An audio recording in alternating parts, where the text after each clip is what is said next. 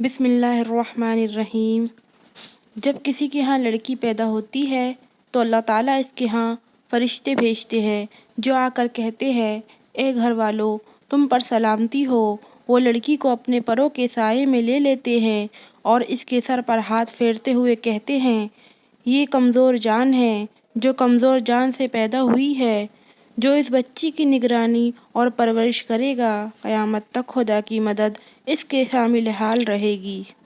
بیٹی کی ذات اگر مقدس نہ ہوتی تو اللہ کبھی ہمارے نبی صلی اللہ علیہ وسلم کی اولاد کا سلسلہ حضرت فاطمہ رضی اللہ عنہا سے شروع نہ کرتے۔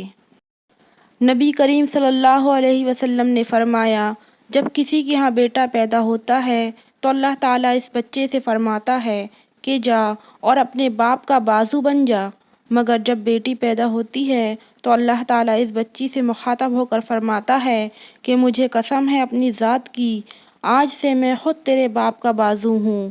سبحان اللہ۔ بیٹی کی پرورش جنت کی ضامن ہے۔ نبی کریم صلی اللہ علیہ وسلم نے فرمایا، جس کسی نے 2 لڑکیوں کی پرورش کی یہاں تک کہ وہ بالغ ہو گئی، انگشت شہادت اور درمیانی انگلی سے اشارہ کرتے ہوئے رحمت عالم صلی اللہ علیہ وسلم نے فرمایا، تو میں اور وہ اس طرح جنت میں داخل ہوں گے۔ سبحان اللہ۔ اسلام میں بیٹی کی اہمیت، حضرت محمد صلی اللہ علیہ وسلم نے فرمایا، عورت کے لیے یہ بہت ہی مبارک ہے کہ اس کی پہلی اولاد لڑکی ہو۔